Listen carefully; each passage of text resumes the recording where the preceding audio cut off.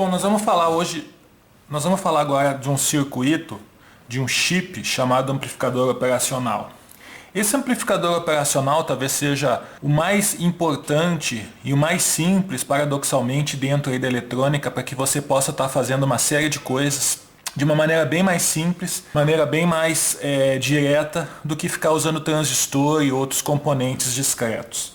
Então, esse amplificador operacional, ele é basicamente um circuito integrado cujas principais características ele herda do amplificador diferencial, que a gente viu, né, anteriormente, são aqueles dois transistores ligados, né, juntos. O problema do amplificador diferencial é que ele tem uma possibilidade de atuar em cargas, uma impedância de saída relativamente alta. Esse amplificador operacional, ele tem estágio de saída baseado em alguma coisa do tipo coletor ou dreno comum. Ou seja, ele tem uma impedância de saída baixa. E ele tem também, depois do estágio diferencial, vários, pode ser 1, 2, 3, outros estágios de ganho. Então ele é o amplificador diferencial mais ganho, mais estágios de saída que possibilitam impedância de saída baixa.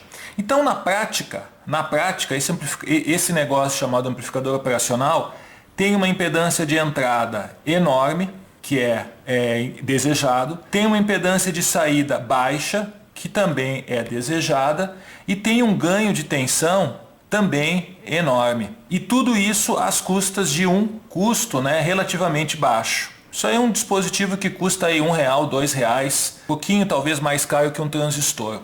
O que você pode usar esse amplificador operacional? Você tem aplicações onde ele é usado numa forma linear e aplicações chamadas não lineares.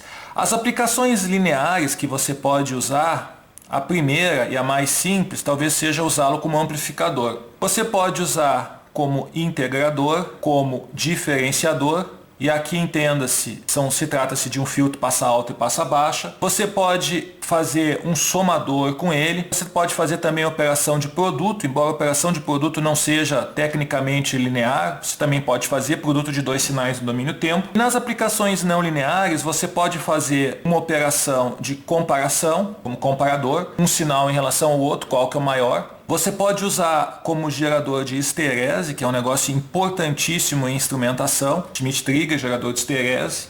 E você também pode usá-lo como um gerador de onda quadrada, um gerador de onda triangular, ou seja, como um oscilador. Então, você vê que são várias aplicações diferentes, todas com o mesmo circuito e todas de forma relativamente simples. Bom, o símbolo do operacional, como se trata de um circuito integrado, você não vai desenhar todos os transistores porque vai ser um negócio bem grande.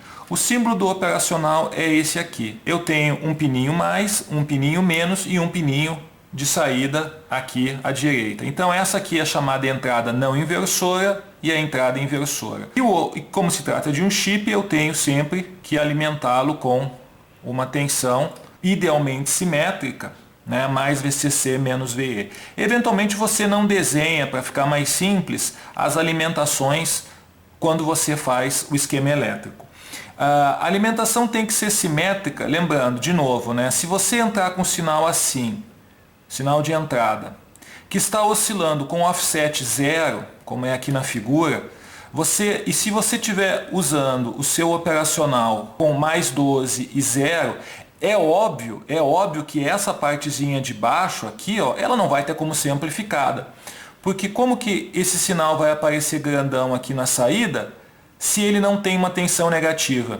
Então, essa parte de baixo seria, nesse caso aqui, cortada. Quando você coloca alimentação simétrica, mais VCC menos VE, mais 10 menos 10, mais 12 menos 12, você consegue amplificar tanto a parte de cima quanto a parte de baixo.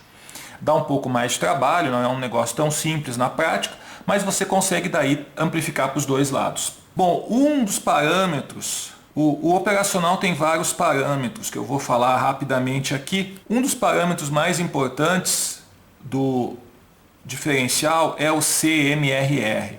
Isso significa Common Mode Rejection Ratio. taxa de rejeição de modo comum.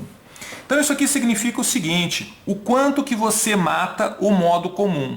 Lembrando na terminologia do amplificador diferencial, o que é o modo comum? O modo comum é o mesmo sinal nas duas perninhas. Esse mesmo sinal nos dois terminais de entrada você quer literalmente eliminar, porque tipicamente esse é o sinal de ruído. Você quer apenas amplificar os sinais diferenciais. Como que você escreve esse CMR? O ganho no modo diferencial dividido pelo ganho no modo comum.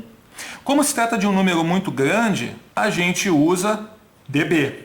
20 porque é tensão, a razão entre o ganho diferencial, ou seja, aquele ganho que aparece esse menos esse, sobre o ganho em modo comum, que é o mesmo sinal nas duas perninhas. O amplificador mais velho e mais falado aí, deve ter já uns 40 anos, é o 741.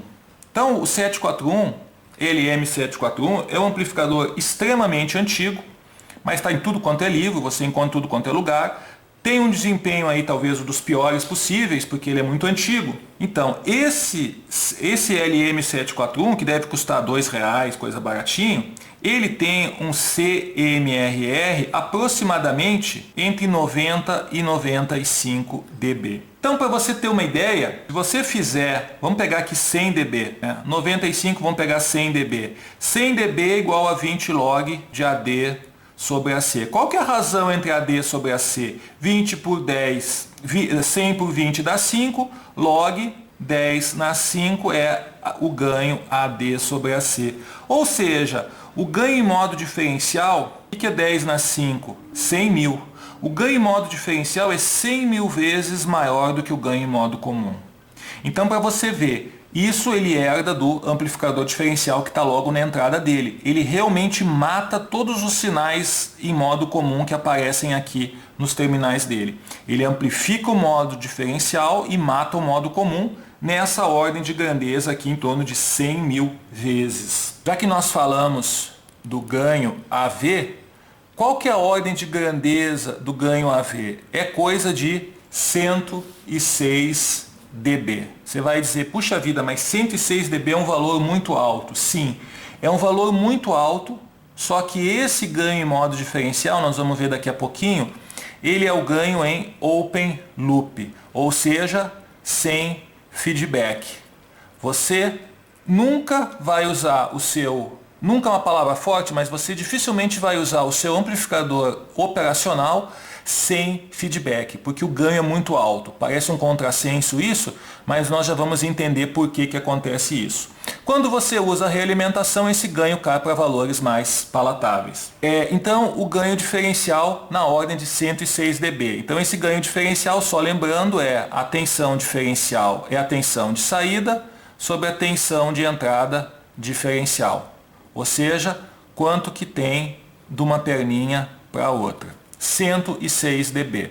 Se você quiser fazer log de AD, isso aqui, como nós fizemos antes, vai ser um ganho de tensão mais ou menos 100 mil vezes.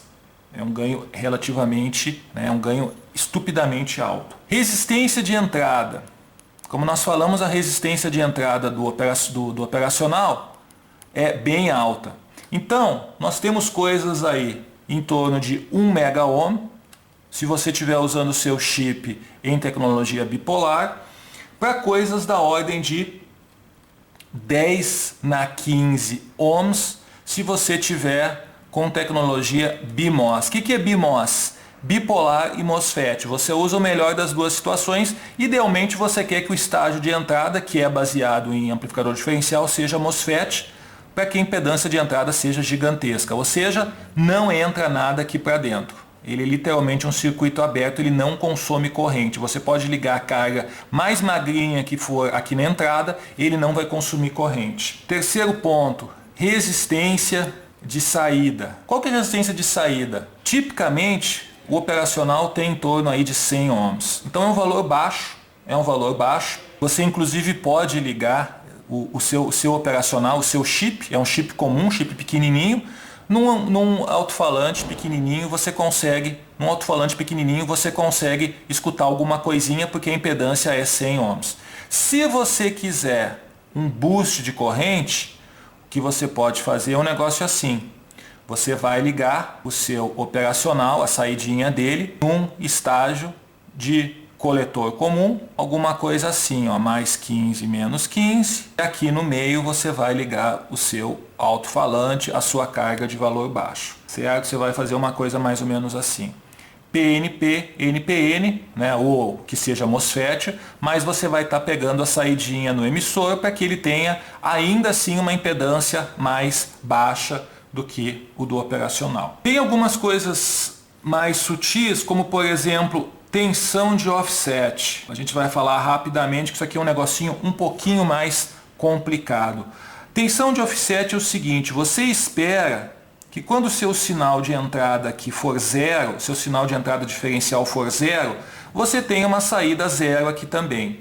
Só que devido a desbalanços internos do seu circuito e devido também ao fato de que você tem um ganho estupidamente alto, às vezes esse não é o caso. Para isso, alguns chips, eles disponibilizam alguns pinos aqui, externos para você. Esse é o caso do LM357, por exemplo, que você faz um ajuste de offset, você vai mexendo nesse potenciômetro até ter 0 volts aqui. Isso parece ser um negócio, uma bobagem, mas se você tiver medido um valor muito pequenininho de um sensor, de um termopar, esse offset, essa tensão de offset pode mascarar e dar uma medida errada do seu sensor. Outra coisa importante na prática é a seguinte: às vezes o livro não deixa isso claro. Embora não entre, em tese não entre na entrada do seu operacional, não entre corrente, isso não significa que você pode fazer um negócio assim, ó. Às vezes alguns exercícios, algumas provas tem um negócio assim. Isso funciona no papel, mas isso não funciona na prática. Por quê? Dizer que a corrente é muito pequenininha, zero, é uma coisa. Agora, ela existe, ela é pequena, ela é desprezível, mas ela existe. Então, você sempre tem que tentar deixar um caminho na entrada do seu operacional para descer. Nós vamos ver depois, você sempre tem que ter um caminho descer para a sua entrada. Colocar um resistor, alguma coisa do tipo. Porque se você colocar capacitor, ó, esse bias, quando a gente fala bias, a gente fala DC, não vai passar por aqui, vai dar bobagem. Então, no papel funciona, mas na prática esse negócio dá bobagem. Que valor que tem que ser esse resistor? 1K, 10K, em torno aí de quiloohms. E talvez o ponto, você deve estar se perguntando, puxa, mas esse amplificador operacional ele é muito melhor do que tudo que eu vi até agora, é muito mais simples. É verdade. Talvez o ponto aí que seja ruim no amplificador operacional é o negócio chamado banda passante. Então, se a gente desenhar aqui a curva de ganho do amplificador operacional, presta bem atenção porque esse negócio aqui é sutil. A curva de ganho é um negócio assim. Isso aqui é 106 dB, como nós vimos é em torno de 10 mil, um ganho de tensão de 10 mil vezes, e ele cai aqui assim, certo? Esse polo aqui, presta bem atenção, esse polo depende de cada operacional, mas em torno o nosso 741, que é o primeiro amplificador, o mais simplesinho, ele está em torno de 100 Hz. Então eu chamo atenção aqui, quando a gente fala em banda passante do operacional, para duas coisas. Primeira coisa, esse valor aqui é muito alto. Esse valor aqui é muito alto. Segundo ponto, alguém vai dizer, puxa, mas 100 Hz não dá para usar para nada. Se eu quiser usar em áudio, o que acontece na prática? Você jamais vai usar o operacional em laço aberto, como eu falei. Você sempre vai usá-lo como realimentação. E como nós vimos, em realimentação, ele vai estar operando aqui. O ganho vai cair, mas o polo vai se deslocar. Certo? Então, com feedback, o polo ele se desloca para frequências maiores. Né? Ele se desloca para frequências maiores. Ninguém vai usar aqui em 100 Hz um negócio em laço aberto. Em vez de 106 dB, você vai ter, sei lá, 10 dB, 30 dB, 40 dB de ganho.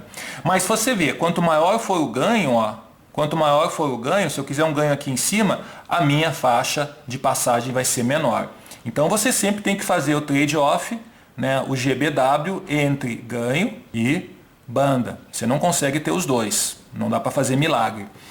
Bom, outra coisa interessante, o 741 em particular, o ganho dele é unitário em 1 MHz.